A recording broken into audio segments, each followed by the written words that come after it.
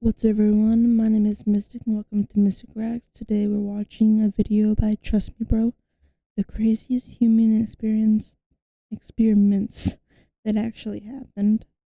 We've seen a few videos by him, so check them out and let's get on into it. The most diabolical human experiments ever performed. Ooh. The child and the ape experiment. Oh, I know this Have one. you ever seen those cute videos of, new families, a young couple and they have a baby and they have No. a puppy and the puppy and the baby are playing together? Yeah, the ape and the child experiment is basically the worst possible version of that. This experiment heard takes about place this in one. 1931. It was conducted by a young couple, Winthrop and Luella Kellogg. And they recently just had a baby boy named Donald. And when Donald turned 10 months old, he had another sibling, not a brother, but a sister. However, this sister was not biological or even related by species. This sister that he was given was a 7-month-old chimpanzee named Gua. Winthrop Kellogg was a psychologist who specifically worked on the psychology of animals, primarily dolphins, rats, and birds. And him and his wife decided that it would be best to take their work home and to up the ante by not only experimenting with a chimpanzee, but also by effect their own child. The couple planned on documenting this entire experiment that they were about to begin.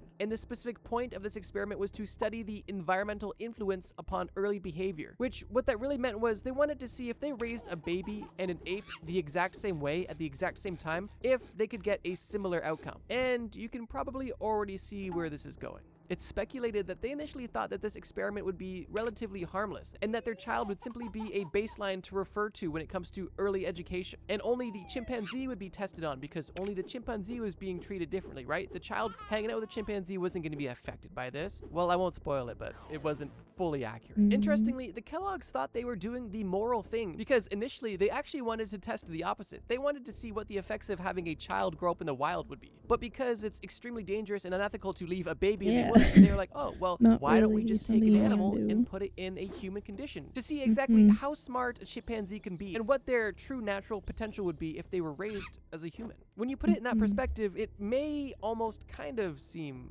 logical, right? Regardless, after Donald and Gua were introduced, the tests began. And over the next 9 months, there was full-time grueling tests taking place between Gua and Donald to see exactly how a baby chimp and a baby human would compare and develop as they were both being treated the exact same as a normal baby would. Although, was Donald really being treated like a normal baby? They likely never had the time to ask that question because over these 9 months, there were so many experiments, tests, practices. There was literally no time to think about anything besides the daily tasks. Winthrop, during this time, literally took a leave of absence from his job to focus on this experiment full time and even moved his family down to Florida to be closer to the university where he had gotten this chimp and where he would be submitting his research. Now, after 9 months of daily testing and analysis, the experiment was mysteriously stopped. And while almost every aspect of this experiment was relatively well documented, the reason for why it stopped was not, which led to a bit of speculation. One primary belief is that they ended the experiment due to the rapid growth of Gua compared to Donald. Obviously, animals develop a lot faster than humans do, and in 9 months, Gua could have doubled or tripled in size, making her possibly dangerous to baby Donald. However, another leading theory is due to the fact that Donald was picking up more chimpanzee tendencies than the Kellogg's would have liked. And this is supported by some of the documents that the Kellogg's made. They even admitted near the end of the test that Donald was behind when it came to communication, and really only had a very small vocabulary of words and wasn't babbling much, and typically would only mimic the noises that Gua would make. Regardless of the reason, after 9 months, the experiment was closed. And while the experiment was well documented and completed at this point, the story doesn't end there. Because unfortunately, only a year after Gua was returned to the facility that she was taken from, she passed away from pneumonia. And Donald, on the other hand, was reported to have suffered from social and emotional issues through his young and adult life, and even ended up taking his own life at the age of 43. At this point, with the experiment basically being almost 100 years old, it's kind of up to speculation to try to understand if the parents knew that Donald would simply be a control for this test that they were doing, or if they knew that this experiment could potentially have detrimental side effects to their own child. But regardless, it happened, and now we know the consequences. And unsurprisingly, the ethics of this experiment were widely criticized, specifically because they used their own human child in such a strange and long-lasting experiment. And while some of the findings from this experiment did end up becoming useful in scientific research of animals and humans, one has to ask themselves, is it worth experimenting on your own child? Is it worth experimenting on any human?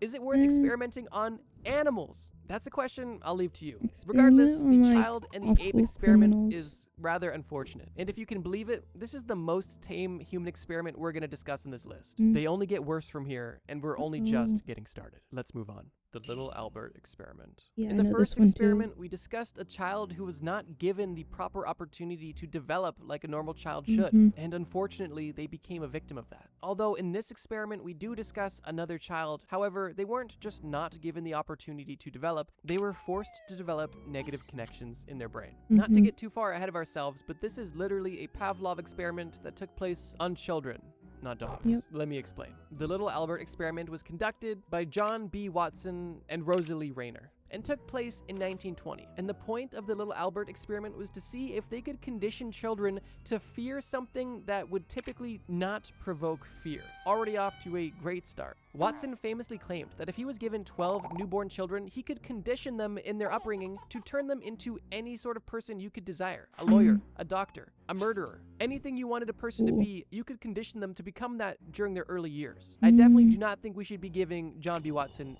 any children. Regardless, in the 1920s, somebody did. Watson was able to get his hands on a 9-month-old baby, known as Albert, for his experiment. Watson planned on using classical conditioning methods, also known as Pavlovian conditioning, because it was the same method that Pavlov used to condition dogs. The experiment began with little Albert being placed in a room. Watson, his partner, and a rat were all in this room together, and Watson and his partner simply watched how Albert and the rat would interact. At first, they weren't interested in each other until Albert decided to reach out and touch the white lab rat. It was at that point when Rosalie would strike a metal bar with a hammer, making a loud and scary noise, which would obviously upset Albert. And they would continue to do this time after time in this room every time Albert decided to reach out to the lab rat, until the point where Albert wanted nothing to do with this lab rat. Albert had associated this lab rat with a scary, unpleasant experience. And because of that, this lab rat that he was curious about, he was now afraid of. And not only now was this little Albert afraid of mice, but his fear began to become generalized. They learned this because after the experiment, when they handed Albert a teddy bear, Albert also rejected and gave the same reaction to this fluffy teddy bear that he did to the mouse. And it was theorized that at that point, it wasn't only the mouse that was triggering this negative reaction,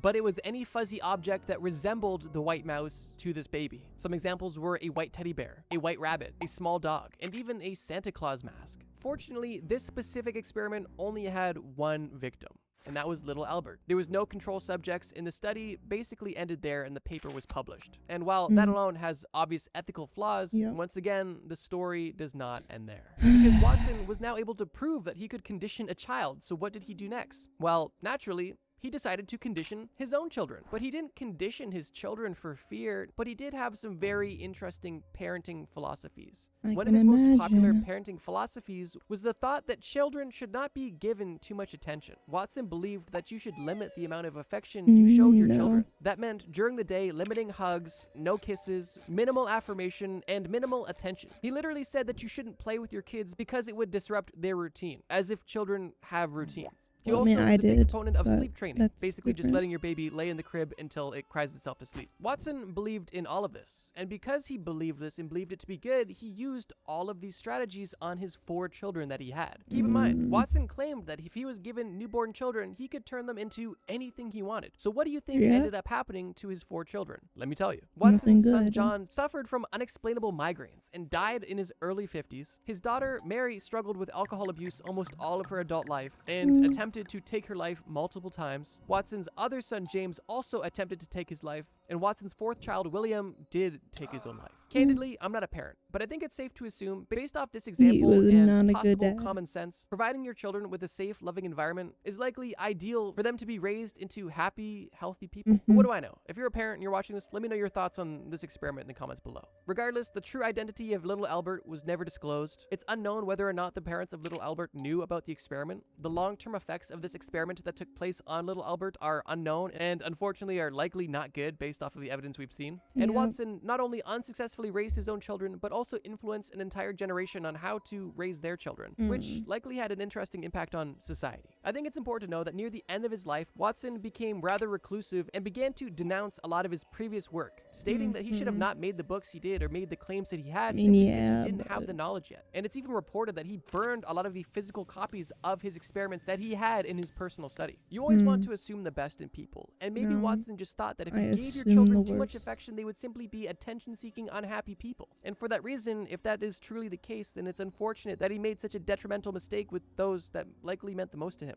Although there is a very likely possibility that this person simply didn't care about the well-being of people and only wanted the scientific answer he was looking for. I know these entries were a bit similar, and for that reason, I wanted to put them together. Truthfully, I couldn't pick just one to add, so I decided to add both. And because this video gets darker and darker, they obviously had to go side by side. And if you're done hearing about childhood experiments, then buckle up, because this video is about to take a very dark turn. The Aversion Project. If you've watched our first video we made about conspiracy theories, then you'd probably remember me talking about the Canadian gaydar, which was essentially tests that the Canadian government developed to ensure that nobody in the military or police was gay, because if they were, then they were being fired. The Aversion Project was kind of like that, but only unthinkably worse, like much, much, much worse. The Aversion Project took place in South Africa during the 1970s and 1980s, under the apartheid regime. This entire project was led by Dr. Aubrey Levin, who was a military psychiatrist, and under his control, this entire project was actually carried out by the South African Defense Force, a massive military institution in South Africa. And in the South African military, there was actually a dual policy, which essentially stated that permanent members of the military were not able to be homosexual. You couldn't be gay if you were gonna stay. However, conscripts and temporary members of the military were allowed to be gay. But this isn't because they were a kind and tolerant bunch. The primary reason why this dual policy existed is because the South African military wanted to make sure that nobody was using homosexuality as an excuse to not join the army, which would have likely been very common because at the time, all white men in South Africa were required to serve a certain amount of years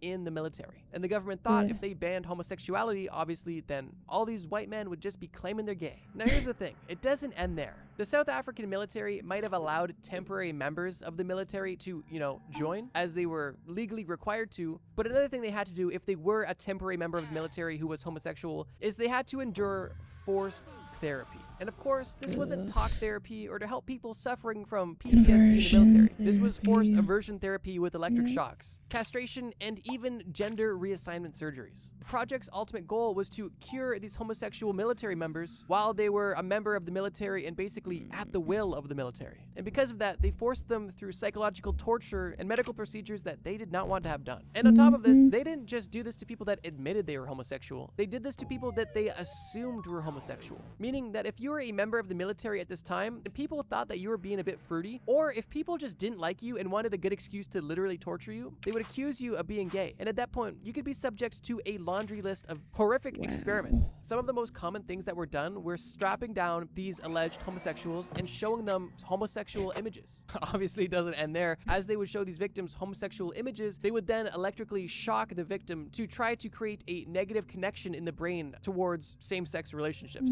which kind of ties into the Little Albert experiment. Which, on top of this shock therapy, some soldiers were chemically castrated by being given a concoction of chemicals that the doctors believed could potentially cure homosexuality, or at least all of their evil urges. And one less popular thing they did that still happened was forced gender reassignment surgeries, where these members of the military were literally subject to hormonal treatments and genital surgeries that would alter their sex against their will, which is disturbing and evil and almost ironic because they're like, okay, we're gonna take all of the gay people of the military, so we're gonna make them trans. Literally just insane. And it's estimated that anywhere from 500 to 1,000 young men and women were subject to these brutal procedures at the hands of the Aversion Project over the course of the apartheid. It's hard to imagine the sheer terror and agony that was likely being experienced by the victims at this time, but it's even harder to imagine the long-term effects of this essentially torture that took place on these people. There's no doubt that many of the victims that suffered this severe psychological and and physical trauma had the rest of their lives altered forever. And specifically for the people that had their genitals mutilated unconsensually, for the percentage of those who survived the surgery, many of them went on to take their own life not long after. The apartheid ended in the 1990s, and the truly disturbing details of the Aversion Project came to light. And Dr. Levin knew he was about to be in big trouble, so he left South Africa and fled to Canada, where he, disturbingly, was able to continue his medical practice. That was until he ironically was convicted of multiple sexual assaults on men.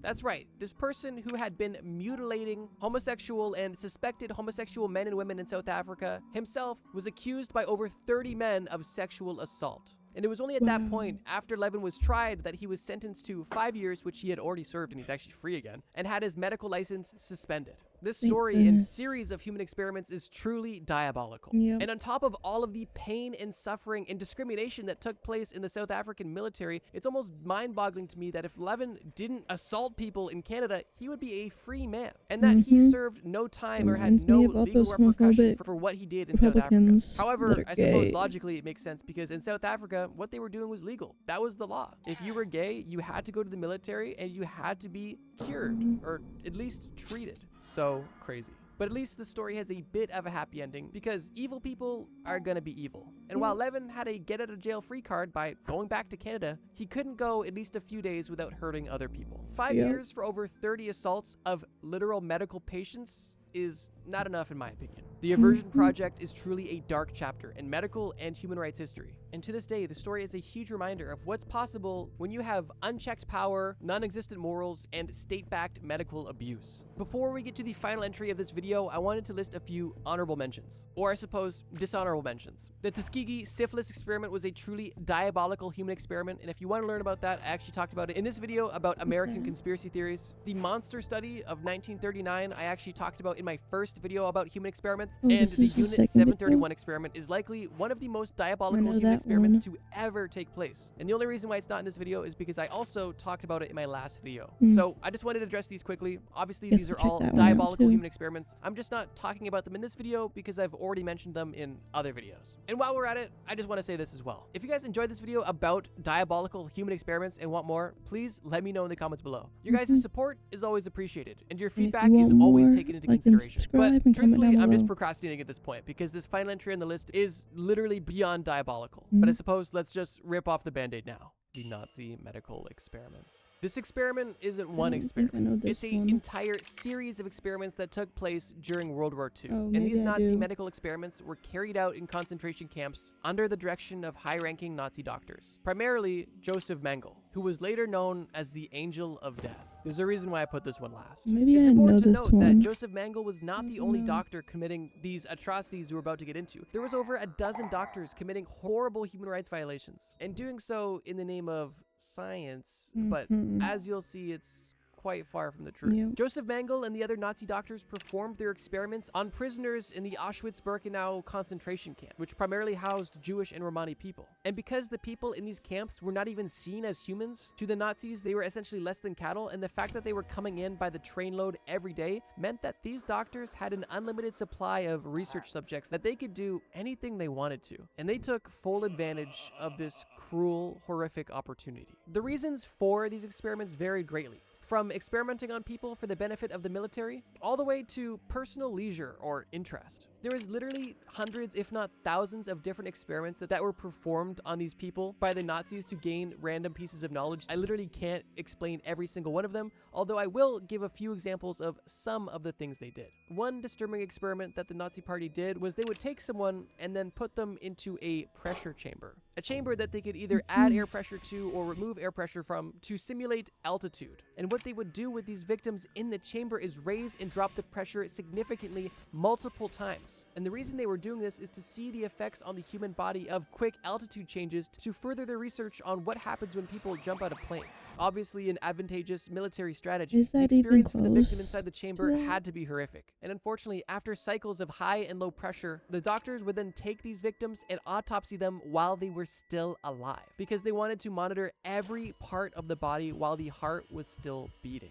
They did this one specific diabolical experiment to over 200 people, 80 of which died during the experiment, and the other 120 that survived were executed immediately after. Another disturbing human experiment the Nazis would do involved hyperthermia. They wanted to better understand how it worked and how to prevent it. And how they went about this was by subjecting people to intense conditions. For some examples, they would put people naked into freezing water, monitoring their vitals until they died of hypothermia. Other examples, they would put people in Nazi uniforms and then put them into cold water to see how effective the Nazi uniforms were at preventing hypothermia. And in some cases, they would put people naked in freezing conditions for up to 14 hours to see what would happen to these people. And for those who did survive the intense cold conditions, they would rewarm these people and then subject them to crazy conditions once again. And how they would rewarm these people varied from heat lamps to boiling water. Similar to the Unit 731 experiment, they also tested diseases, specifically injecting deadly diseases into people to see how they would affect them, and also performing live autopsies on these people so they could see the effects of the disease in real time. Almost all of the surgeries and experiments that were performed by the Nazis were performed without anesthesia, meaning that these victims felt almost every grueling detail of what was happening to them, whether it be a live autopsy, or being boiled alive, or having an experimental sterilization take place on your genitals. I think you get the point, but these Nazi medical experiments were insane. Joseph Mengele personally conducted experiments specifically on twins too, with some of the more common experiments having the goal of either changing eye colors or conjoining siblings by simply removing limbs and trying to connect the two people together. Like I said, I would need probably a multi-day long video to go through the entire list of crazy experiments that took place, but at the end of the day, the total goal of all of these Nazi medical experiments lined up basically with the Nazis' radical ideologies that they had. And the purpose of these experiments was to simply improve the survival chances of German soldiers at war and to find the most effective way to sterilize or exterminate people that weren't Aryan. I could go deeper into excruciating detail, but I truly think you get the idea. The experiments performed by these Nazi medical doctors were so detrimental and so well known that it forced these doctors to be tried during the Nuremberg trials, which individually varied in level of consequences, but in general led to a much stricter medical standard, including the Nuremberg Code, which is essentially a set of ethical principles that must be followed when conducting human experimentation. The Nazi medical experiments were almost unspeakably disturbing, and I can only imagine the acts that didn't make it to the history books. And these human experiments that took place by the Nazis are likely only rivaled by the Unit 731 experiment for some of the most diabolical human experiments of all time. For that reason, I knew I had to discuss it on this video. This video went from strange to upsetting to disgusting to disturbing extremely quick. But don't say I didn't warn you. It's almost mind-boggling the lengths that people are willing to go to in the name of scientific discovery. Or and while that just almost their may own sound noble out of curiosity. context, I think that this video, if nothing else, proved that there is a line and rules need to be enforced. And I know it got super heavy at the end. So if you want a palate cleanser, check out this video on screen. It's a video about the craziest drugs from around the world. I put together a super interesting list of diverse countries with really obscure drugs. And I think you'll really like that video. And if that's not your cup of tea, then just check out the channel. There's a ton of good stuff on there. Thank you guys so much for watching. And as always, trust me, bro. Make sure to check out his video and go support him. If you liked my reaction, I guess, check out my other videos and subscribe. I want to see if I can hit maybe 70 subscribers this month. Let's see, but until next time, bye-bye.